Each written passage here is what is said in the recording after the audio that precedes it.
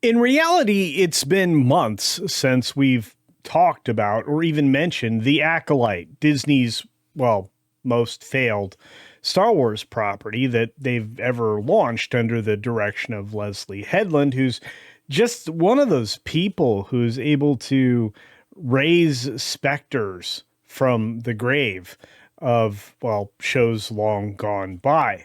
And with that unique talent, she somehow magically draws up stories talking about, well, the fascists and the racists that went after that particular show and are actually accountable for its failure. Of course, nothing she did and nothing she made, and not even the show itself is responsible for its own outcome.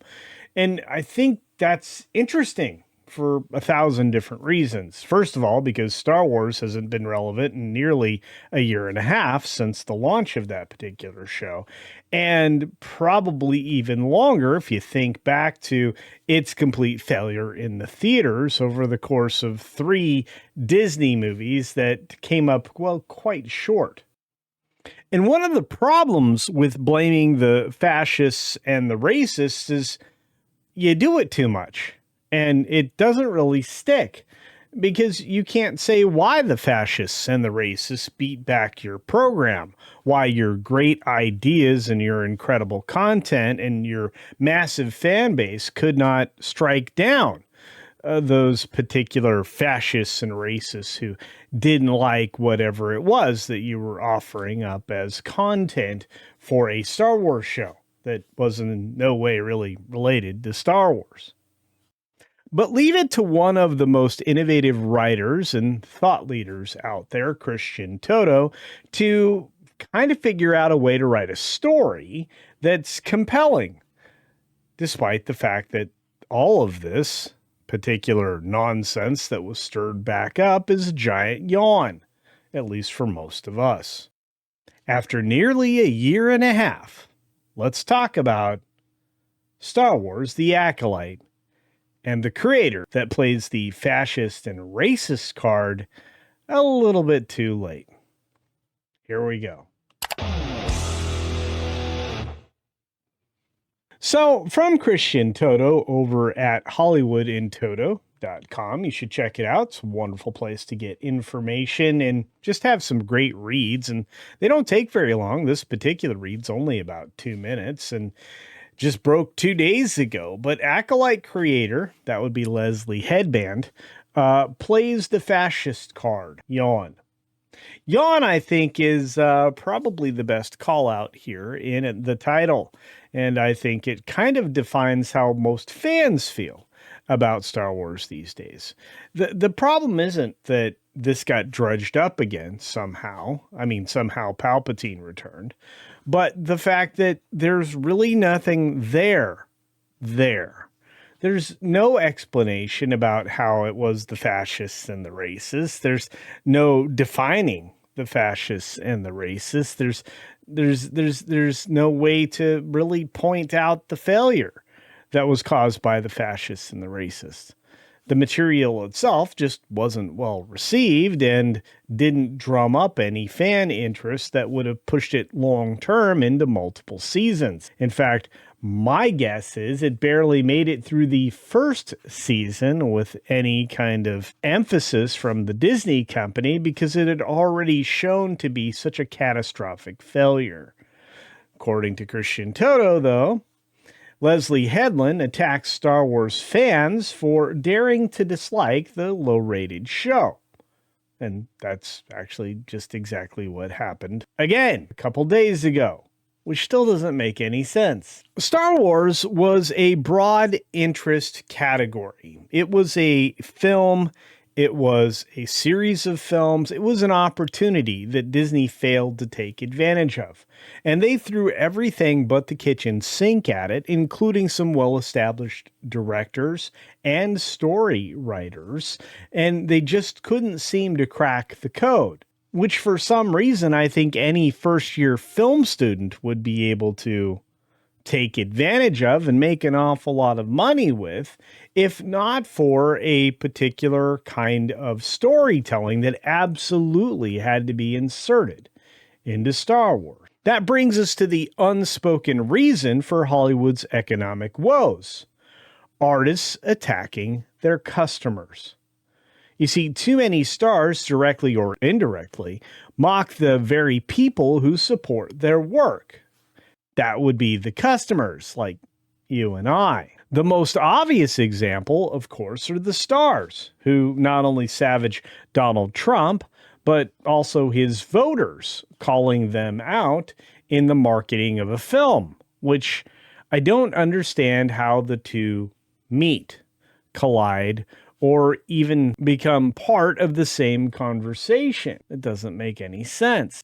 Others turn award shows perches into lecture halls, wagging their fingers and at the people who indirectly pay their salaries. Well, that would be you and me. That's pretty dumb, right? Yet it keeps happening. And it happens over and over and over again. And it doesn't seem to matter when you start to lift up properties like One Battle After Another, which is basically a love letter to an anti-establishment group, the anti-FA folks, and hold that up as the epitome of quality filmmaking, and praise the stars and the writers and creators of something that didn't appeal to a mass audience, which some would argue is what the Oscars are all about. But I would like to point out that prior to the 70s, you had a lot of Oscar-worthy contenders and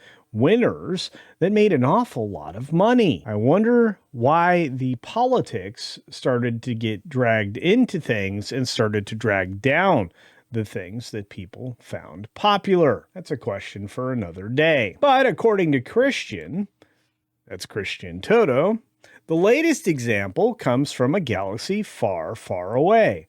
Leslye Headland, the showrunner behind 2024's Star Wars series, The Acolyte, didn't take the show's cancellation well. And I will say this, that's being kind about it. She's been ranting and raving about this for over a year and a half, as far as I'm concerned. As far as at the point she knew her show was going to be canceled, she started to talk like a raving lunatic and pointed everybody else as to who to blame, other than herself, her story, and the series itself being at fault, because Hollywood does not understand accountability. That's a different story entirely, and we may cover that as well at some point. But let's get back to what Christian's writing about. You see, the saga cost Disney a pretty penny, $230 million, and the rating droop following episodes 1 and 2 proved precipitous. Now, that's a big fancy word for being it absolutely collapsed, and it did.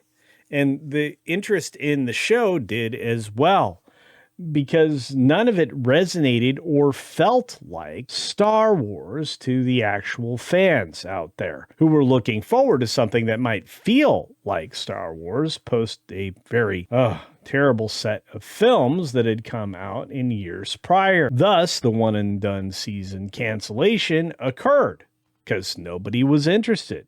Perhaps if the budget had been leaner, she might have gotten the second season green light that she craved and she clamored for. Now, Leslye Headland herself is lashing out a select group of fans who trash the series, like yours truly, one of the YouTubers who talked in a negative light about a very terrible Star Wars-based series that didn't feel like Star Wars at all. The digital blowback proved sizable, for lack of a better way to describe it, with YouTube-based critics spending endless hours eviscerating the saga, which was easy to do, not just because of the terrible plot and storylines, but also because of everything that was injected into a Star Wars production that wasn't very Star Wars. And if anything, just revealed the politics of the people involved in making it, which is not something that you want your Star Wars to reflect. It just doesn't work that way. The critical drinker, for one, pulled nary a punch in his recent evisceration, which I believe was quite well deserved.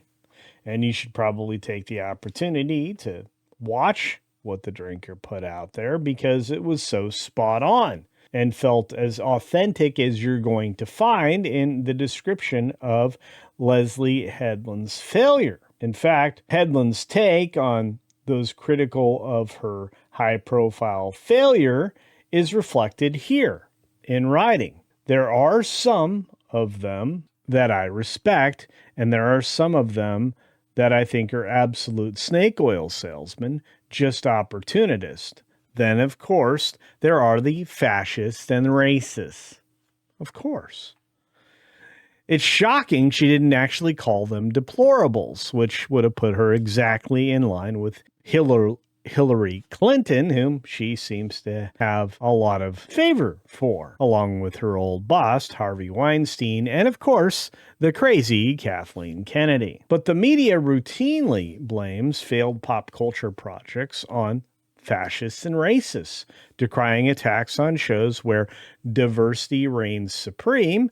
The framing is clear. Knuckle-dragging critics recoil over diverse casts. At least that's what they like to say. Their small problem with that is it's just not true. The facile explanation misses the obvious truths. One, the vast majority of consumers don't care about diverse casts, or at least don't hold it against shows of better than average quality. They recoil when diversity is forced into the production. A point that I think many of us have been making for a long, long time. Forced diversity isn't a strength. It's actually quite a bit of a weakness, and it draws attention away from any quality storytelling you're actually trying to do. And that's a real shame.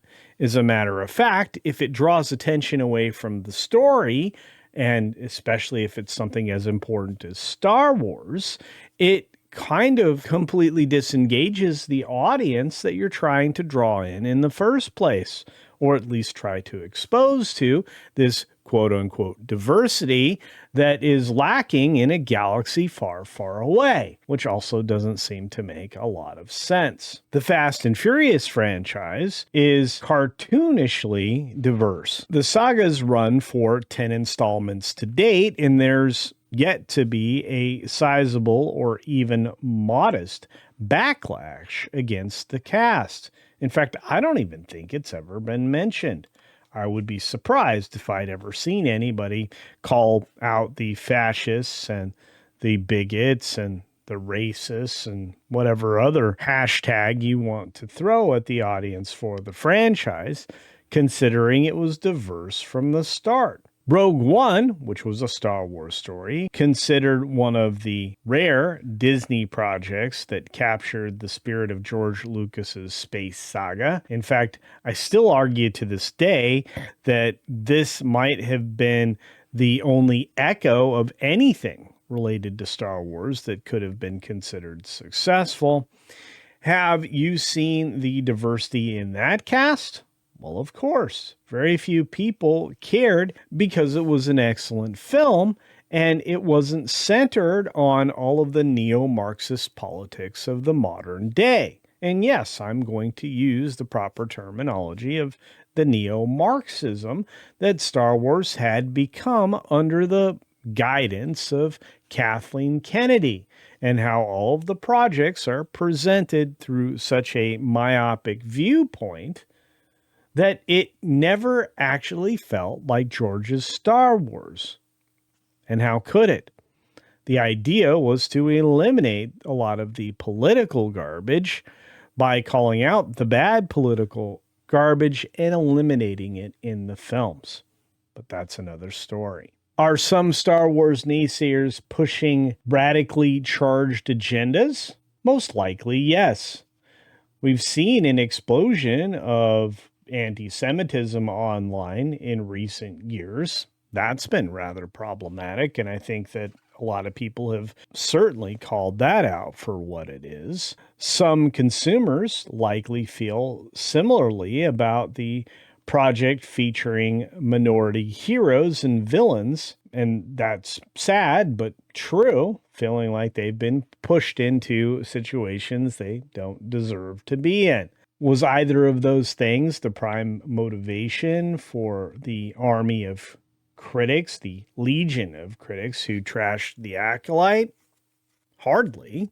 There was plenty to find fault with a terrible story, terrible politics, and all of the forced diversity amongst many other failing points. Headland would have been better served thanking the show's small but vocal fan base and vowing to keep making content to the best of her abilities. I think that probably would have served her better way back when, before the show even got canceled. Blaming fans and calling them terrible names serves no one well. And I have to say, it usually means the end of your show, which is the last place any creator wants to be, even Leslye Headland. There's one comment here that is highlighted. It says, "Oh, Leslye, you were handed a beloved franchise with gallons of loyalty and goodwill. But instead of repaying that loyalty with respect and honor toward the concept, you used the franchise as a vehicle of your own agenda. Ripley, Diana, Jackie Brown, Leia, the bride, these are all female characters that audiences love. Your characters are just plain bad, as are you. A talentless hack who peaked as a errand girl for a creeper and probably only got a shot as a project lead because you know where the evidence is hidden." Well, that's an unfortunate and strong reply and possibly has some truth to it. But for the tens of thousands of people like myself that suffered through this series beginning to end, I can just say with certainty that my disappointment wasn't with the failure and cancellation of the Acolyte. It was with its creation in the first place. Now I ask you, and I think this is rather important, do you think we need to revisit all of these terrible projects from now years ago to just throw more dirt upon them, which seems to be what's happening right now? Or do you think we should leave well enough alone? Do you think that Disney Star Wars is better off left buried in the past and never revisited again? Or do you think they should dredge it all back up and give us more? For example, the Mandalorian and Grogu film that is creeping in on our timeline faster than most of us would like to acknowledge. Are you willing to give Star Wars another chance? Or do you think Disney is better off leaving it dead and buried, along with possibly Marvel, especially after what we're about to get with Doomsday and its ilk in the future? Let me know your thoughts in the comments section below. And let me know if you think there's anything redeemable about the Acolyte, its creator, or even any of the characters that we left behind. As always, be sure to take care of yourself, take care of others, and until next time, see ya! But not watching Acolyte ever again.